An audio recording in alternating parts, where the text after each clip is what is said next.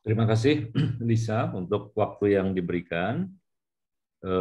Selamat ulang tahun untuk Circles ya, untuk Miki dan untuk teman-teman yang ada di sini. Sudah bertahan 2 tahun, semoga tetap bertahan ke depannya sebagai komunitas pembelajar. Nah, pada sore hari ini, pada malam hari ini kita akan melanjutkan diskusi tentang Platon ya. Saya akan share screen. Minggu lalu saya sudah berbicara mengenai paideia ya, pendidikan ya, yang intinya sebetulnya adalah untuk memunculkan figur filsuf raja ya, filsuf raja dan filsuf ratu sebagai pemimpin ideal. Saya akan besarkan ya. Nah, supaya tidak lupa, sekali lagi kita berbicara mengenai pemikiran dari Platon yang lahir pada abad 5, abad 4 sebelum Masehi ya, sudah 2400 tahun yang lalu. Platon lahir di Athena dari keluarga aristokratis ya, maka sebetulnya secara natural dia diandaikan keluarganya masuk dalam politik, tetapi kemudian melihat kehancuran Athena ya, kekalahan Athena dalam perang saudara dengan Sparta, lalu melihat oligarki yang berkuasa dan demokrasi yang menjadi anarkis ya, dia berusaha menawarkan pemikiran politik lewat bukunya The Republic ya, semacam tawaran reformasi masyarakat ya, sebuah tawaran yang tentu tidak didengarkan dan memang lalu Athena hancur ya dengan dikalahkan oleh Filipos dari Makedonia, bapaknya si Alexander Agung ya. Platon tentu punya pikiran yang saya kira mungkin dianggap kuno ya, tapi saya kira masih relevan ya, bahwa segala hal itu ujung-ujungnya sebetulnya adalah soal cuan ya, soal duit ya. Jadi dalam banyak kasus begitu ya. Maka nanti ketika saya menerangkan mengenai filsuf raja, mengenai rejim-rejim politik ya, maka banyak saya akan berbicara mengenai soal epitomia ya, soal uang ini ya. Lalu pentingnya pendidikan sudah saya utarakan minggu lalu ya, bagaimana pendidikan untuk menghasilkan keutamaan integritas ya, dan etika sebagai warga negara ya. Pemikiran-pemikiran tentang pendidikan dan politik ini dituangkan dalam buku berjudul Politeia dalam bahasa Yunani atau The Republic ya. Politeia artinya berkaitan dengan polis ya, berkaitan dengan sesuatu yang melandasi polis, yaitu konstitusi atau undang-undang ya. Jadi tulisan ini dianggap sebagai filsafat pertama ya tentang politik ya. Ini bukunya ya, The Republic dalam bahasa Inggris. Ini terjemahan paling baru dari Chris Emlyn Jones dan William Prady. Nah, di buku ini kemarin saya sudah menunjukkan bagaimana paideia itu ya mestinya mendidik desire atau epitomia, mendidik tumos ya, spirit ya, rasa bangga diri di tengah, dan reason ya. Nah, di buku The Republic pembagian jiwa menjadi epitomia, tumos, dan logistikon ini ternyata akan disejajarkan dengan visi masyarakat yang hierarkis ya, yang dikatakan Platon, yaitu adanya craftsmen, auxiliaries, dan guardians. Terjemahan sederhananya, kelas epitomia itu sejajar dengan para pedagang, kaum industri, mereka yang bekerja dengan tangan ya, yang tentu hasratnya adalah seputar uang ya. Lalu tumos ini adalah auxiliaries, para pembantu, atau lebih konkretnya tentara ya, kelas tentara yang menjaga kota. Lalu reason ini adalah simbol untuk guardians, punggawa, atau ya yang disebut sebagai filsuf-filsuf raja ya, pemimpin-pemimpin.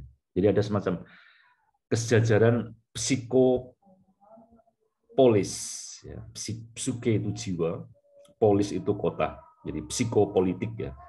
Jadi antara tatanan negara dan tatanan jiwa itu ada kesejajaran.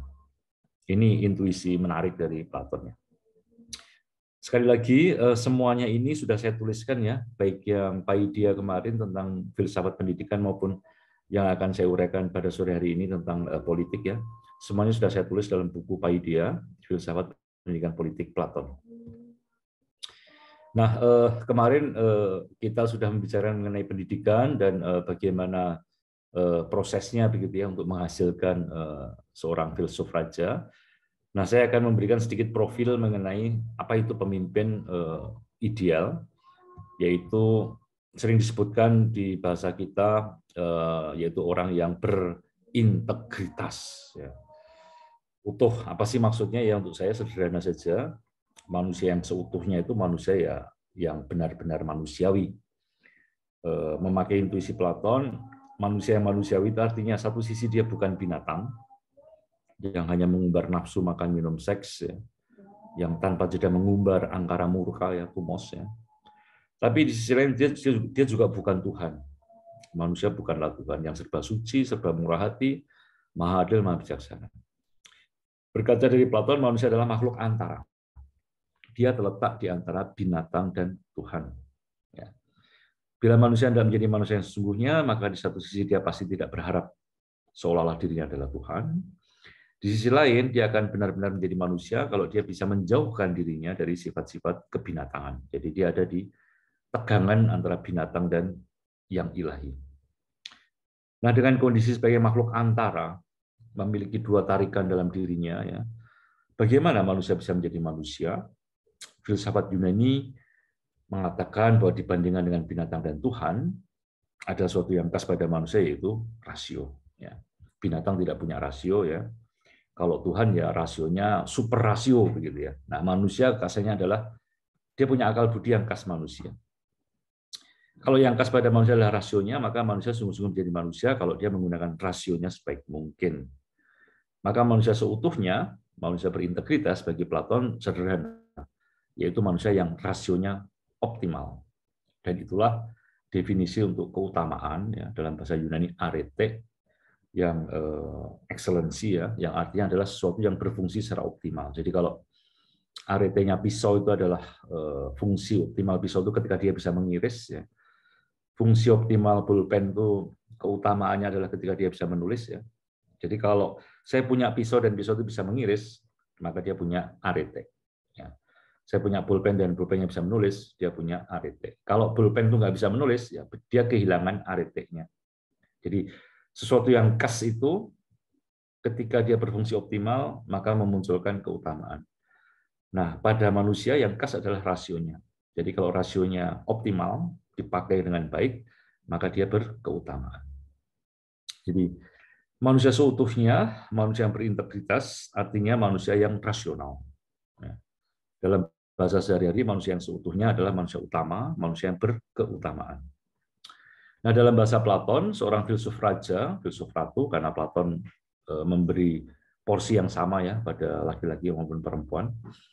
Manusia yang optimal rasionya itu tampak dalam 4 jenis keutamaan.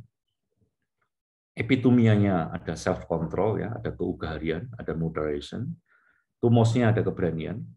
Lalu rasionya itu ada kebijaksanaan. Dan akhirnya kalau epitumia itu ugahari, tumos itu berani, dan rasionya bijaksana, maka kita memiliki manusia yang disebut dengan manusia yang adil. Manusia yang dikaios. Ya. Kalau dalam bahasa kitab suci Kristiani, ya, dikaios itu artinya manusia yang tegak, manusia yang benar, manusia yang dibenarkan. Begitu. Nah, memang lalu menjadi pertanyaan ya, saya kira ini juga nanti baik menjadi diskusi di kita ya. Kalau kita menemukan manusia seperti itu, manusia yang ideal seperti itu ya, yang berintegritas, berkeutamaan seperti itu. Pertanyaannya adalah, apakah dia berminat menjadi pemimpin? Apakah dia berminat menjadi penguasa? Kalau nanti dia memimpin, apa kira-kira motifnya? Ini sekedar pertanyaan pembuka ya untuk curiosity ya. Nanti tentu akan saya jawab pada bagian akhir paparan. Nah, sudah saya singgung kemarin sedikit mengenai Paideia ya, pendidikan ya, di mana untuk memunculkan pemimpin yang ideal, filsuf raja, filsuf ratu, itu mengandaikan bahan ya. atau anak-anak yang dididik itu memiliki bakat-bakat khusus. Ya, jadi Platon memberikan beberapa tips ya, bagaimana kita bisa menengarai anak yang berbakat untuk dididik menjadi pemimpin atau yang tidak. Apakah filsuf Raja Ratu terlahir karena bakat atau ia menjadi seperti itu karena pendidikan? Kalau nature ya, bakat dan nurture atau proses rekayasa pendidikan ternyata saling bekerja sama guna mendapatkan figur pemimpin yang berintegritas ya. Bakat seperti apa dan pendidikan seperti apa yang dibutuhkan. Nah, pendidikannya sudah saya beritahukan kemarin ya, ada macam-macam kurikulum ya yang diberikan. Nah, hari ini kita akan melihat lebih banyak soal nature ya, bakat alamiah. Nah, Platon sudah saya katakan minggu lalu ya, ketika menyeleksi atau mencari anak-anak yang berbakat untuk dididik menjadi pemimpin ideal, Platon mengumpamakannya dengan anjing dari ras yang baik. Jadi calon punggawa, calon pemimpin, dipilih dari anak muda yang berasal dari keturunan yang baik. Salah satu ciri anjing penjaga, anjing yang baik ya, adalah kata Herakleitos, anjing hanya menyalaki orang yang tidak mereka kenal. Jadi kalau Anda punya anjing tapi menyalaki Anda sendiri ya, pemiliknya ya, itu berarti bukan anjing yang baik. Itu makanya untuk menengarai jenis ras yang baik ini, Platon mengatakan anak-anak itu mesti memiliki keen of perception, quick in pursuit of what is apprehended, and strong too if it has to fight it out with its captive. Ya. Jadi seperti anjing yang baik, ya, dia mesti bisa memiliki persepsi yang baik, bisa membeda-bedakan mana yang majikan, mana yang musuh, ya. Lalu memiliki kecerdasan dan aprehensi yang cepat, ya, dan punya daya mental untuk memperjuangkan ya apa yang hendak dia raih. Selain itu dikatakan di antara anak-anak itu harus dicari mereka-mereka yang punya keberanian, mempunyai high spirit, yang semangat yang tinggi. Ya. Lalu memiliki ciri yang menggabungkan antara keberanian dan kelembutan. Ya. Jadi terletak di antara kenekatan ngawur dan sifat lemas serba pengecut. Keberanian yang lembut ini menjadi karakter penting bagi orang yang nantinya akan masuk ke politik. Kualitas lain yang dibutuhkan dari anak-anak ini ya, sejak kecil kan kita bisa menengarai ya bakat-bakat anak itu ya, yaitu Philomates dan Philosophos. Ya, love of learning, jadi Philomates artinya suka pada pengetahuan, suka belajar, dan Philosophos suka pada kebijaksanaan. Dengan ciri-ciri seperti itu, maka kita akan menemukan a good and true guardian of the state. Ya. Kalos kagatos esestai fulax polios. Ya. Jadi calon-calon punggawa yang memang kalos kai agatos, ya, kalos kagatos. Kualitas yang dituntut seorang filsuf alamiah yang nantinya menjadi filsuf raja atau dalam bahasa Prancis le naturel philosophe, ya, the born philosopher. Ya. Bukan hanya soal fisik atau tipe karakter tertentu, melainkan terutama karakter moral dan karakter intelektual. Jadi bakat yang harus ditengarai pada anak-anak kecil yang mau dididik itu soal yang bersangkutan dengan moral dan intelektual. Dan lalu Platon memberikan deskripsi panjang lebar mengenai karakter moral dan intelektual yang dibutuhkan ini. Jadi pertama, ever enamored of the kind of knowledge which reveals to them something of that essence which is eternal. Jadi anak-anak yang memang dari kecil itu suka dengan pengetahuan-pengetahuan yang sifatnya kekal, begitu ya. That their desire is for the whole of it, and that they do not willingly renounce a small or a great, a more precious or less honored part of it. Ya. Kalau dia menyukai sesuatu yang sifatnya pengetahuan, maka dia ingin mengetahui secara menyeluruh. Ya. Jadi dari kecil nih anak ini curiosity-nya tinggi begitu ya, dan tidak puas hanya dengan penjelasan-penjelasan yang sifatnya sepotong-sepotong begitu. Lalu semacam karakter moralnya di anak-anak ini harus dilihat apakah ada spirit of truthfulness, reluctance to admit falsehood in any form. Jadi sejak kecil memang anak-anak ini kita tengarai suka jujur begitu ya, suka jujur dan malu kalau berbohong. Jadi kan kadang-kadang lucu ya kita itu kadang-kadang kalau sama anak-anak itu kan kadang-kadang ada yang dari kecil itu sudah pinter bohong begitu ya. Ya, kita juga nggak tahu belajar dari mana begitu ya, tapi kok kecil-kecil sudah pinter ngapusi begitu ya. Nah, kalau bakat seperti itu ya berarti tidak cocok ya untuk dididik menjadi filsuf raja. Lalu ada kualitas moral yang secara negatif logis ya, dikatakan misalnya tidak ditandai oleh coward and illiberal spirit.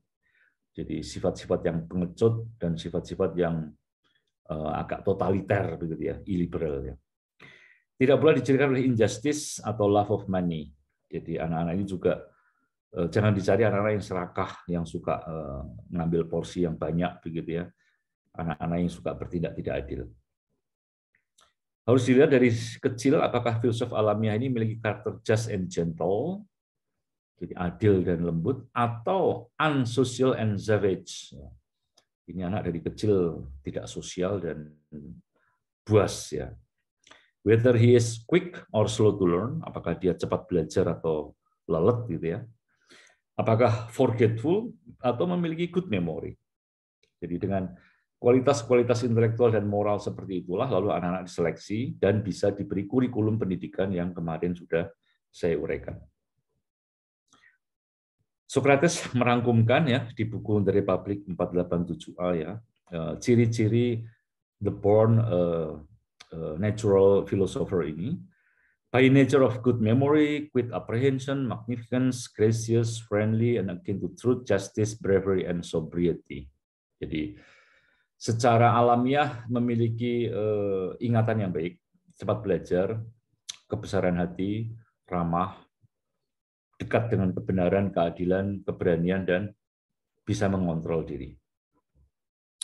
Dan bila mana anak-anak seperti ini ada, dan men of this sort are perfected by education and majority of age, jelas dengan sendirinya mereka akan dipercayai mengurusi negara. Jadi kalau anak-anak ini bisa ditemukan lalu diberi pendidikan yang tepat ya, dan dengan berjalannya kurikulum Paideia, maka orang-orang seperti ini yang akan dipercaya untuk mengurus negara. Kemarin sudah saya berikan diagram ini ya, jadi potret untuk filosofi Fusei atau filsuf alamiah, the born natural philosopher, itu cinta pada pengetahuan tentang hal-hal yang kekal, cinta pada pengetahuan secara menyeluruh, cinta pada apa-apa yang benar, dan ada karakter moral seperti just, gentle, ya, quick to learn, dan good memory. Nah, Platon sebetulnya juga berbicara panjang lebar tentang filsuf pendidikan anak-anak laki-laki dan perempuan, tapi saya tidak akan masuk ya, akan saya lewati saja. Nanti kalau ada pertanyaan kita bisa masuk ke situ ya. Intinya bagi Platon bahwa tentu ada perbedaan ya antara kodrat laki-laki dan perempuan ya. Tetapi perbedaan kodrat itu tidak lalu berimplikasi pada fungsi ya. Karena untuk fungsi memimpin, fungsi memerintah, itu baik laki-laki maupun perempuan sama saja. Untuk fungsi bertempur misalnya berperang ya baik laki-laki maupun perempuan sama. Kalau ada perbedaan yang disebut perbedaan kodratiah antara laki-laki dan perempuan, itu perbedaan yang menurut Platon sifatnya hanya bahwa kalau berperang misalnya laki-laki tentu lebih kuat tenaganya, sementara yang perempuan lebih lemah. Kalau melakukan sesuatu laki-laki lebih cepat, perempuan lebih lambat di medan tempur ya. Jadi kodrat tidak menjadi alasan ya untuk membedakan pendidikan bagi laki-laki dan perempuan. Dan tentu ini di masyarakat Athena tentu tawaran ini cukup skandalus ya, karena kan di Athena kan perempuan kan harta milik ya. Perempuan dianggap sebagai harta milik dan perempuan ya domestik saja, di rumah saja ya. Lalu ada pertanyaan lah, nanti kalau latihan gimnastik misalnya kan harus telanjang ya. Lah kalau laki-laki dan perempuan nanti latihan gimnastik apa nggak jadi masalah begitu? Lalu Platon menjawab, ya kalau untuk urusan menjadi pemimpin negara kamu masih terganggu oleh ketelanjangan seperti itu, ya sudahlah kita nggak usah ngomong soal laki-laki dan perempuan. Artinya Platon di sini cukup keras bahwa demi pendidikan itu ya seharusnya yang namanya perbedaan kodrat itu direlatifkan seminim mungkin. Nah, kalau kemudian kita sudah berhasil mendidik mereka, maka kita punya semacam komunitas filsuf raja, filsuf ratu ya. Dan bagaimana mereka mesti hidup ya setelah pendidikan sampai umur 35 tahun begitu ya. Maka di buku Timaeus ya, kita bisa menemukan ya, jadi buku Timaeus yang akan kita bahas minggu depan berkaitan dengan Atlantis ya. Atlantis yang banyak disalahpahami gitu ya. Yang menurut saya itu memang buku kelanjutan dari The Republic ya. Jadi di buku itu Socrates mengingatkan bahwa para guardians, ya, the guardians, para punggawa, para penjaga, para filsuf raja ini, mereka hidup dalam komunitas tidak boleh memiliki harta pribadi.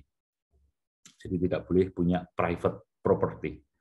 Laki-laki dan perempuan, filsuf raja dan ratu ini hidup berkomunitas, tidak punya harta pribadi.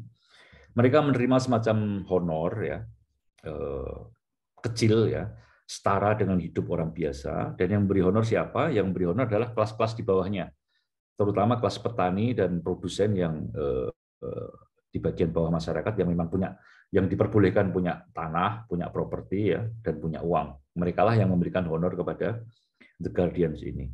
Lalu mereka hidup secara komunal, laki-laki perempuan bersama, mengintegrasikan kaum perempuan di kalangan guardians.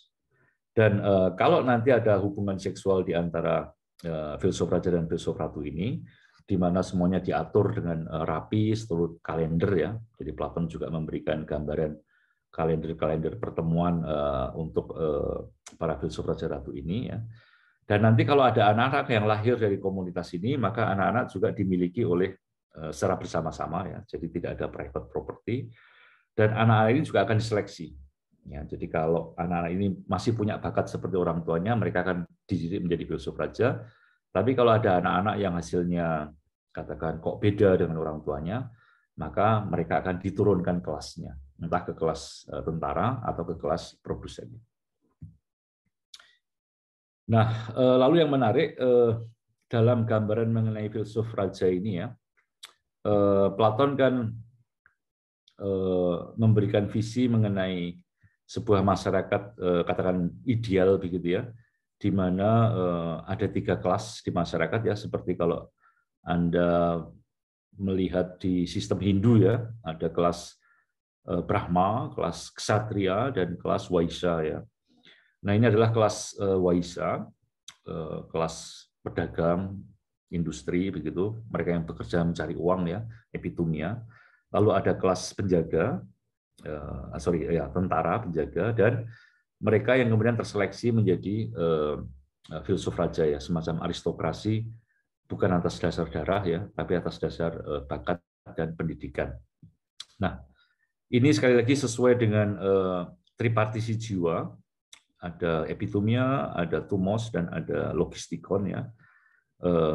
Ini craft workers ini epitumia, soldiers ini tumos, dan ruler ini reason ya.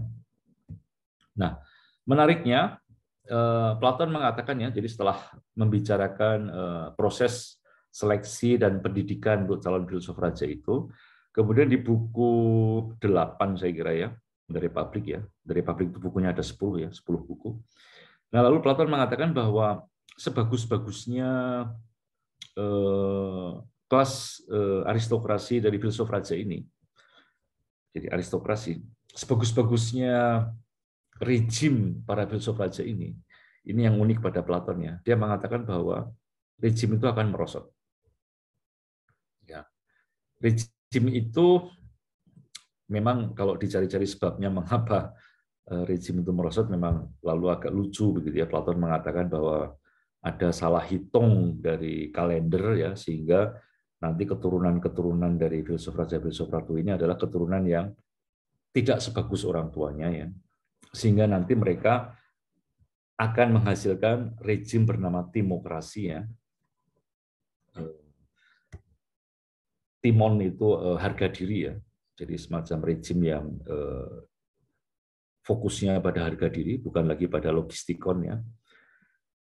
Dan timokrasi ini kemudian akan merosot menjadi oligarki, oligarki akan merosot menjadi demokrasi, demokrasi akan merosot menjadi anarki dan akan menghasilkan rejim terakhir yaitu tirani. Jadi ini yang saya kira harus disadari ya, bahwa ketika Platon mewacanakan mengenai semacam rejim ideal ya, ya sebetulnya Platon juga menyadari bahwa seideal apapun rejim politik itu ya, karena namanya kita berbicara mengenai dunia indrawi ya, dunia kita apa adanya, ya dunia itu tunduk pada perubahan. Ya, dan perubahan itu kalau dalam visi Platon ya, saat itu ya memang membawa ke kemerosotannya. Saya kira ini juga mungkin semacam refleksi Platon atas zamannya ya. Athena yang mulai merosot ya, di mana demokrasi yang dia hidupi ini memang identik dengan anarki ya, dan akhirnya memang hanya memunculkan tiran-tiran ya, dan ya kira-kira 10 tahun setelah Platon meninggal, memang akhirnya demokrasi Athena habis ya, dihancurkan oleh Filipos dari Makedonia. Jadi Platon hidup dalam kondisi yang terberi, dia adalah anak zamannya. Situasi Athena di akhir abad kelima ditandai perubahan yang tidak mudah diterima, dan Platon menggambarkan situasi itu sebagai anarkisme. Saat itu ada relativisme moral, jadi dalam rejim demokrasi yang dihidupi Platon ya, itu ditandai oleh relativisme moral ya. Saat egalitarisme membuahkan anak-anak yang kehilangan sopan santun ya, orang tua tidak tahu lagi menggunakan otoritasnya, dan relativisme hukum akibat kehadiran kaum sofis ya, di mana kebebasan berujung pada toleransi terhadap pelaku kejahatan dan aturan-aturan yang saling membatalkan. Maka Platon melihat masyarakatnya menjadi masyarakat yang anarki atau anarkis ya. Artinya anarki artinya tiadanya prinsip, tiadanya arke, tiadanya prinsip yang mengomando tatanan. Maka di mata Platon demokrasi memang secara niscaya akan bawa kita ke anarki. Jadi anarki di zaman itu yang ditengarai Platon ya, anarki itu wujudnya adalah pada anomia ya, tiadanya prinsip hukum ya. Bukannya karena hukum tidak ada, tetapi justru karena kebanyakan hukumnya. Peraturan-peraturan yang silang sengkarut begitu ya. Jadi ya ada undang-undang dasar, tapi nanti ada undang-undang, lalu ada perda-perda ya. Perda bukannya mengimplementasikan undang-undang sama undang-undang dasar, tapi perda malah kadang-kadang mengalahkan undang-undang dasar begitu ya. Atau peraturan-peraturan di sekolah ya yang kita dengarkan akhir-akhir ini ya mengenai hijab ya, yang justru melanggar ya pasal 29 ya undang-undang dasar ya. Jadi hukum peraturan yang tidak jelas begini yang banyak di mana-mana ya, berproliferasi ya, bercabang kemana-mana, tapi justru saling membatalkan ya. Ini yang menimbulkan kondisi anomia ya. Dan ini semua sebabnya adalah dari penghayatan kebebasan yang sifatnya kebablasan, dan kebebasan yang bablas ini dalam sistem masyarakat demokrasi diamini semua pihak ya, karena dianggap menguntungkan. Nah, mengapa dianggap menguntungkan? Ya karena ujung-ujungnya ya bagi Platon ya, demokrasi itu tak lain adalah rejim epitumia yang prinsip dasarnya hanyalah pleasure and pain ya, mencari apa yang membuat nikmat ya, dan menghindari apa yang membuat dia takut ya. Maka anarkisme akibat anomia, akibat hukum yang saling membatalkan ini, secara ironis dalam demokrasi justru dianggap tidak menakutkan, tetapi malah dipeluk tanpa malu-malu. Nah, jadi ini analisis tajam dari Platon ya menurut saya ya tentang rejim demokrasi yang intinya adalah duit. Dan duit itu memang hukumnya hanya satu ya, irasional ya, dia bersifat irasional. Dia hanya melandaskan pada pleasure and pain ya. Dan ketika hidup bermasyarakat diperintah oleh prinsip pleasure and pain seperti ini ya makanya lalu semua orang bikin aturan masing-masing ya, tidak ada lagi yang tunduk secara rasional pada apa yang sudah disepakati bersama. Ini kita ingat sekali lagi ya psikologi dari Platon ya, jadi prinsip epitumia, appetitive, working class, lalu prinsip tumos dan prinsip logistikon. Dalam bahasa Platon, nafsu akan kekayaan secara tak terbatas adalah epitumia. Ya. Epitumia adalah lambang hipertrofi kebutuhan. Jadi Nafsu akan uang ini sudah saya ceritakan kemarin, sifatnya irasional, tak terbatas, ya, selalu pengen lebih, ya, dibayangkan seperti hidra, ya, monster yang kalau kepalanya dipenggal masih tumbuh 3 lagi, ya, gentong yang bocor gitu, ya. Nah, bagaimana untuk memahami bahwa epitomia ini adalah hukumnya hukum kebutuhan, ya, dan kebutuhan yang terus-menerus tak terbatas, ya. Dalam diri kita ada suatu dalam jiwa yang selalu membutuhkan hal material. Kita yakin bahwa dengan mendapatkan makanan, minuman, atau HP, atau rumah, kita akan merasa nikmat dan puas. Sebaliknya, kalau tidak mendapatkan, nggak punya HP, nggak punya ini, kita membayangkan, ya, kita akan menderita. Namun apa yang terjadi? Setelah kita memiliki semuanya, sudah punya HP, sudah punya rumah, sudah punya mobil, ya, ternyata kebutuhan tidak berhenti. Objek-objek yang kita kira akan memuaskan mulai menggoda dan untuk dikejar. Jadi ada sesuatu dalam jiwa yang dinamai Platon epitomia, yang bertanggung jawab atas pembengkakan secara kualitatif dan kuantitatif untuk apa yang kita sebut kebutuhan. Manusia lewat epitomianya adalah makhluk yang tak pernah cukup dengan objek pemuas yang telah dia dapatkan. Pun kalau kebutuhan survival sudah didapatkan, ya, manusia selalu ingin menggandakan, ingin memperbanyak, ingin menambahi dengan objek-objek lain yang dia anggap akan memuaskan. Maka epitomia digambarkan seperti monster berkepala banyak, ya, yang tak bisa mati, ya. Karena memang dia tak bisa berhenti, tak mau dibatasi, tak terbatas, ya, dan dia menciptakan konflik dalam diri individu dan konflik antar individu. Jadi duit itu sumber dari segala konflik dalam diri maupun konflik dengan orang lainnya. Ini kalau kita mencoba merefleksikan kasus-kasus hari ini tentang Brigadir Jo, ya, yang dibunuh oleh menurut pengakuan terakhir oleh Sambo, ya ujung-ujungnya sama, ya, memang dari soal epitomia ini, ya. Ini gambaran untuk hidra, ya. Nah, dalam buku 8 dari Publik, rezim uang, ya, atau rezim epitomia, memang secara strict merujuk kepada rezim oligarkis. Namun secara luas, rezim epitomia ini juga bisa ditemukan di demokrasi, oligarki, dan demokrasi. Jadi ketika rezim filsuf raja merosot menjadi demokrasi, rezim yang utamanya adalah nama besar mencari harga diri, ya. Betul bahwa para demokrat, ya, keturunan dari filsuf raja ini memang mengutamakan nama besar, ya. Misalnya menjadi macan Asia atau menjadi negara superpower begitu, ya. Namun secara diam-diam menurut Platon, ya, para pencari harga diri ini, kaum demokrat ini ternyata juga sudah didera oleh hasrat akan uang. Secara publik, kaum demokrat ini memang berkhotbah tentang pentingnya membela negara, kebesaran nama negara. Namun secara privat, menurut Platon, ya, ternyata hasratnya diperbudak oleh keinginan akan uang yang secara diam-diam, ya, lolos dari sorotan publik, dia kumpulkan. Jadi seorang demokrat juga mulai diperbudak oleh epitomianya. Ini gambaran untuk seorang yang membela harga diri. Selanjutnya pada rezim oligarki, jadi ketika kaum demokrat itu menghasilkan anak-anak yang makin jauh dari orang tuanya, ya, mereka sudah tidak paham lagi dengan pentingnya harga diri, ya, tapi melihat bahwa harga diri itu sumbernya dari uang, ya. Maka anak-anak keturunannya ini akan memunculkan kaum oligarki, ya, yang terang-terangan berkuasa, terang-terangan mengambil kekuasaan untuk mencari uang.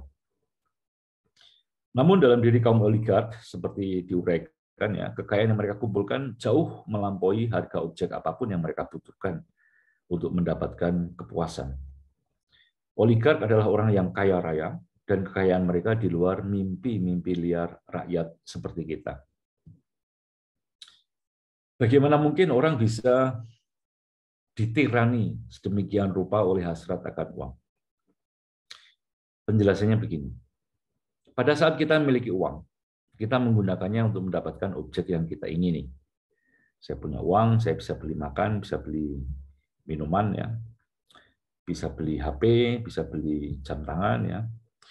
Namun jarang orang sadar bahwa ketika kita mendapatkan objek pemuas, saya mendapatkan makanan, saya mendapatkan HP, mendapatkan jam, ya. Sebetulnya pada saat yang sama kita juga kehilangan objek itu. Karena begitu kenikmatan atasnya didapatkan, maka objek itu sebetulnya tidak kita perlukan lagi. Nah, repotnya, meski manusia tahu bahwa dinamika itu, epitomia itu seperti itu, ya, manusia itu selalu terkutuk untuk mencari objek-objek yang dia bayangkan dia butuhkan. Meskipun dia tahu bahwa saat rasa puas didapatkan, objek juga sebetulnya tidak berguna lagi. Dan kita terus-menerus jatuh dalam siklus yang sama, meski bentuk objek dan rasa puasnya berbeda jenisnya. Jadi kalau Anda pengen begitu ya, punya mobil begitu ya, ya setelah Anda punya mobil kan, ya sebetulnya Anda paham bahwa ya ternyata hanya gitu aja begitu ya. Dan sebetulnya ya rasa puas itu sudah muncul dan lalu Anda nggak membutuhkan objek itu lagi. Oh ternyata cuma segini aja. Tapi lalu ketika Anda melihat ada mobil yang lebih bagus, nah Anda tiba-tiba ingin lagi begitu ya, punya mobil yang lebih keren ya. Padahal Anda sudah tahu bahwa dari pengalaman memiliki mobil sebelumnya ya hanya gitu aja. Tapi Anda nggak yakin begitu ya. Anda lalu tetap berusaha mengejarnya ya. Padahal nanti Anda akan jatuh dalam proses yang sama. Maka pada kasus kaum oligark, orang itu atau orang-orang yang ditirani oleh hasrat akan uang ini ya, mereka tuh akhirnya meminati kekayaan bukan untuk mendapatkan objek pemuas kebutuhan ya, karena kekayaan mereka tentu sudah jauh melampaui kebutuhan real untuk mendapatkan objek-objek itu ya. Kalau orang duitnya sudah triliunan ya, kadang-kadang kan kita bingung sebetulnya uang itu buat apa gitu kan. Kan makan juga maksimalnya 3 kali sehari ya, 4 kali sehari ya. Rumah mau segede apa sih ya? Kan yang penting bisa tuh untuk tidur begitu ya, tidur nyaman ya.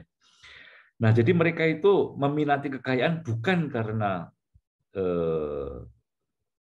nilai real ya dari kekayaan itu ya. Tetapi mereka itu meminati uang karena nilai simbolik dari uang itu. Uang yang dikumpulkan kaum oligark ya, bukan untuk belanja, tapi untuk bisa mengumpulkan uang lagi. Hasrat epitomia kaum oligark menciptakan ilusi seolah-olah uang adalah objek kekal yang layak dihasrati dalam dirinya sendiri dan bukan untuk kegunaannya. Uang lalu menjadi sesuatu yang transenden ya sebagai simbolnya, melulu simbolik, seolah-olah uang itu memiliki nilai dalam dirinya sendiri.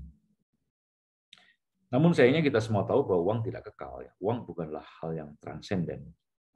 Menjadikan uang sebagai sesuatu yang kekal artinya memerosotkan diri dalam kesalahpahaman total tentang uang. Uang tidak pernah bisa menjadi tujuan akhir. Uang hanya sarana. Menganggap uang sebagai tujuan akhir menjadikan manusia budak-budak yang konyol. Kaum oligark jatuh dalam ilusi saat mendewakan uang sebagai nilai dalam dirinya sendiri. Dalam arti inilah kaum oligark memang juga anak sah dari demokrat. Ya. Jadi mereka berilusi bahwa kalau punya uang itu lalu harga dirinya akan naik. Bila kaum demokrat mendewakan harga diri, maka kaum oligark hanya mewarisi rasa bangga ini, tapi tidak mengerti makna bangga itu buat apa. Dengan bermodalkan harta benda, kaum oligark meyakinkan dirinya sebagai orang yang berkuasa, bernama besar, dan hebat. Padahal kekayaan adalah sesuatu yang ilusif, sesuatu yang sifatnya non-being. Ya. Mengapa? Karena hasrat uang pada epitominya sebenarnya hasrat pemenuhan akan objek tertentu, yang karena karakternya yang bersifat indrawi, jadi benda-benda yang dihasrat itu kan indrawi, maka benda itu juga selalu berubah-ubah dan tidak pernah betul-betul memuaskan sepenuhnya. Objek tertentu yang memuaskan kebutuhan itu tidak ada, karena objek selalu berganti rupa, karena objek tidak konsisten, dan segera hilang manakala rasa puas atasnya terpenuhi. Dan rasa puas itu tak pernah selesai, dia selalu haus akan kepuasan lagi. Seorang oligark adalah orang yang terbelah. Dalam dirinya, dia disetir hasrat untuk mencari uang lebih banyak. Hasrat ini sering menang dan menguasainya, memberi sensasi keutuhan diri. Namun dia tahu bahwa rasa menyatu dalam dirinya sangat lemah. Mengapa? Karena kecintaan pada uang adalah kecintaan yang tidak memberi rasa aman dan nyaman. Sama seperti kecintaan pada apapun yang indrawi, yang mudah berubah, juga tidak pernah membuat pecintanya merasakan kesatuan utuh. Selain resah di dalam, dia juga terbelah dari komunitasnya. Karena begitu bernafsu mengejar dan menumpuk uang, maka dia menjadi orang yang asosial atau bahkan menjadi ganas terhadap sesamanya. Oligarki adalah awal bentuk dari demokrasi. Sejauh oligarki sudah menanamkan perpecahan dan keterbelahan. Para oligark memecah negara menjadi dua, yaitu mereka yang kaya dan massa tanpa uang. Di satu sisi kaum oligark, para pecinta uang dan kekayaan yang hidupnya menurut nafsu serakah mengumpulkan uang untuk dirinya sendiri.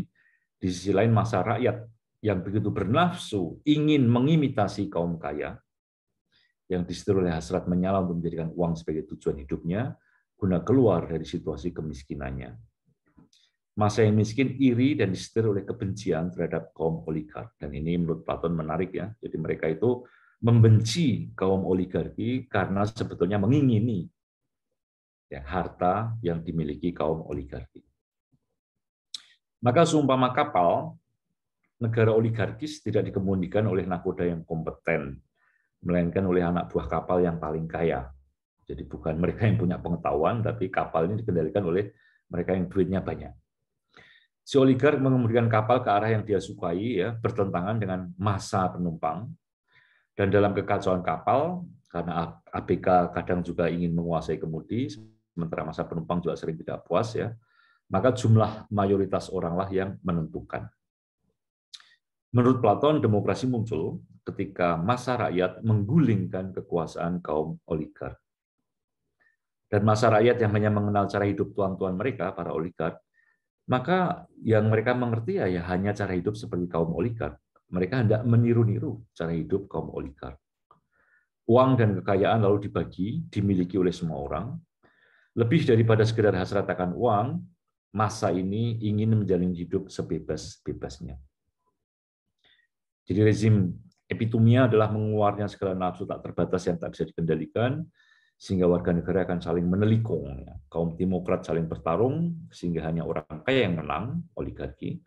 Pada gilirannya segelintir oligark akan diturunkan oleh massa warga yang miskin, sehingga muncullah demokrasi. Dan pada akhirnya demokrasi yang menjunjung kebebasan dan kesetaraan akan memunculkan anarki. Situasi perang semua melawan semua, sehingga situasinya matang untuk merindukan satu prinsip penyatu, yaitu tiran. Jadi ketika dalam demokrasi ini menjadi tak terkendali ya, anarkis ya, maka lalu orang mulai berpikir, wah kok kalau kita semua yang memerintah ini kok kacau begitu ya, tidak bisa diatur ya, kayaknya kok lebih baik kalau ada satu orang ya yang kita beri kekuasaan untuk menertibkan semuanya. Maka muncullah rezim tiran. Rezim epitomia adalah rezim yang tidak peduli pada upaya pencarian bonum comune. Setiap individu mencari sendiri apa yang dia sukai, setiap kelompok menjadi kumpulan yang tak ada kaitannya dengan lainnya, masing-masing mencari keinginan partikular yang berbeda, atau bahkan bertentangan dengan yang lain. Ya. Tidak ada prinsip penyatu yang bisa menjadi pegangan. Ketika epitomia menjadi prinsip berpolitik, maka pertanyaan terbesar adalah, apakah di situ ada politik? Jawabannya jelas ya. Sejauh epitomia mengikuti hasrat apapun yang ingin dipuaskan, sejauh dia tidak pernah berjarak dari dirinya sendiri, maka ya yang terjadi adalah keterserakan. Prinsip dasar politik adalah adanya yang memerintah dan yang diperintah. Dan persis dalam rezim epitomia, prinsip itu tidak ada. Demokrasi adalah rezim yang prinsip utamanya kebebasan untuk memenuhi hasrat masing-masing individu. Ini sekali lagi psikologinya dari Platon ya. Jadi mulai dari timokrasi, oligarki, demokrasi sampai anarki ya, semuanya jatuhnya di uang ya. Namun jangan dibayangkan bahwa prinsip demokrasi yang menjadi anarki itu terlalu menakutkan ya. Tiadanya hukum itu menakutkan ya. Jadi saya selalu memberikan contoh tentang jalan di dekat rumah saya ya, percetakan negara ya, di yang ada Rutan Salemba itu ya. Sebagai gambaran untuk demokrasi yang anarkis ya, tetapi toh semuanya oke-oke dan senang-senang saja. Tiadanya prinsip hukum yang wujud dalam kekacauan yang diamini karena pas dengan epitomia gampang kita lihat sehari-hari. Tiadanya prinsip pengatur dan ketidakjelasan siapa yang menjadi komandan di jalan percetakan negara adalah cermin kecil anarkisme di rezim demokrasi. Persis seperti gambaran Platon, anarkisme tidak menakutkan. Dia justru tampak meriah, serba enteng, dan bebas merdeka. Nah, di jalan percetakan negara ini ada 3 lampu bangsu yang tidak ditaati oleh siapapun. Ya. Lalu anak-anak kecil 17 tahun berseliweran dengan motor tanpa helm, berboncengan bertiga. Ya. Bapak, Ibu, gadis-gadis kampung berlalu lalang dengan motornya. Ya. Lalu lintas sering macet karena angkot mengatur ritme kecepatan jalan. Jadi saling tunggu, berjalan pelan menunggu penumpang ya tanpa peduli antrean kendaraan di belakang. Jadi ini percetakan negara ya, jalan yang sudah hampir 20 tahun saya lewati setiap hari ya, di mana anarkisme demokratis itu tampak meriah dan menyenangkan untuk semua pihak ya. Macet seperti ini ya. Kanan kiri itu dipenuhi pedagang-pedagang ini ya, pedagang durian ya, durian budi ya. Kemacetan makin parah karena para tukang parkir memberi komando kapan lalu lintas boleh bergerak, kapan berhenti. Toko keramik yang terkenal di percetakan negara, yang ramai pelanggan merasa berhak memakai separuh badan jalan untuk parkir truk-truk yang bongkar muat stok barang. Tak mau kalah, pick-up sewaan serta penjual rambutan dan buku berjajar di badan jalan memeriahkan jalan yang sudah rapat. Makin seru lagi di tengah mobil-mobil Grace yang merayap, para kuli toko material dan pemulung berjalan kaki menyeret gerobak, memperlambat arus kendaraan. Melengkapi absurdnya gambar kemacetan, pos polisi kayu awet serta rutan Salemba menjadi dekorasi ironis bagi anarkisme akibat anomia tiadanya hukum di jalan percetakan negara. Ini pemandangan sehari-hari yang kita lihat ya, tanpa helm, ya, macet. Ya. Yang mengherankan, setelah beberapa tahun melewati jalan ini, kesannya kemacetan tidak membuat satu orang pun mengeluh. Saya belum pernah mendengar atau melihat orang protes karena macet di percetakan negara. Sepertinya semua pelaku di percetakan negara mendapat untung. Toko-toko juga makin ramai, makin bagus. Tukang parkir mendapatkan duit banyak. Penjual mendulang recehan. Rakyat juga senang karena bebas bekerja dan berkendaraan. Di jalanan yang meriah, macet, dan serba menguntungkan ini yang dirugikan hanyalah hukum, yaitu aturan larangan parkir di jalan umum, aturan wajib memakai helm, wajib punya SIM, aturan harus taat kepada lampu merah. Namun, ketika aparat hukum juga merasa tidak perlu menegakkannya, maka tampaknya hukum juga tidak rugi-rugi amat. Lebih tepatnya hukum tidak ada, sehingga tidak ada yang merasa dirugikan. Jadi itulah gambaran ya, kritik-kritik tajam Platon pada situasi aktual masyarakat zamannya, demokrasi yang diamini semua pihak.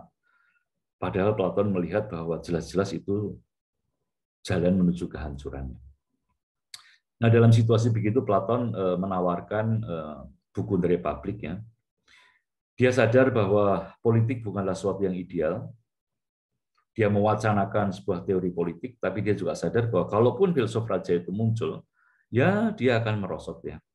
Itu makanya yang dia katakan di buku The Republic itu adalah sebuah city in speech atau state in speech. Jadi sebuah negara dalam wacana, negara dalam kata-kata. Platon hanya berbicara mengenai paradigma sebuah negara ideal, sebuah orientasi yang tentu jangan dibaca sebagai blueprint-nya. Itu makanya saat bicara realitas konkret politik, ya, ketika diturunkan dalam kenyataan, Platon sadar bahwa sebagus-bagusnya rezim politik, rezim akan bangkrut dan membusuk. Kenapa? Karena dunia indrawi memang ciri pokoknya adalah berubah. Dari aristokrasi menjadi demokrasi, lalu oligarki, demokrasi, dan akhirnya tirani. Idealisme bentuk negara yang adil di bawah pimpinan ratu filsuf menurut Platon akan merosot secara bertahap. Dari pemerintahan para ratu filsuf ya, aristokrasi akan muncul kelompok tentara yang menggantikan mereka. Rezim demokrasi memusatkan segala ambisi pada kebesaran nama. Setelah itu pembusukan berlanjut ketika rezim tentara ternyata secara sembunyi juga cinta pada uang.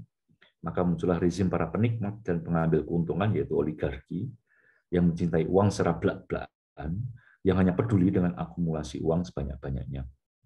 Rezim ini lantas membusuk menjadi demokrasi, rezim yang paling anarkis.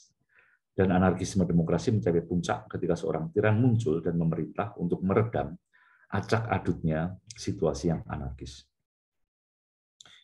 Bertolak belakang dengan ratu filsuf yang hanya terobsesi mencari kebenaran abadi, maka figur tiran adalah orang yang tidak peduli pada apapun.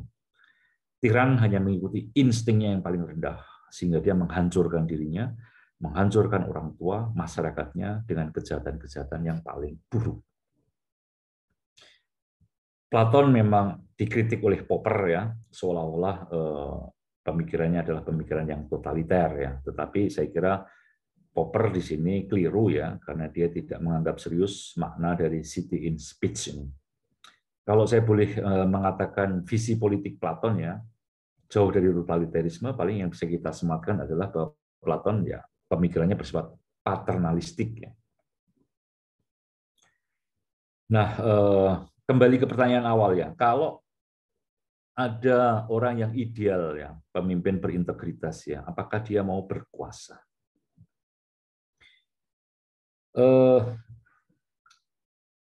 Ada 3 motif orang berkuasa ya, sesuai dengan psikopolitik dari Platon ya. Pertama, orang berkuasa karena mencari uang.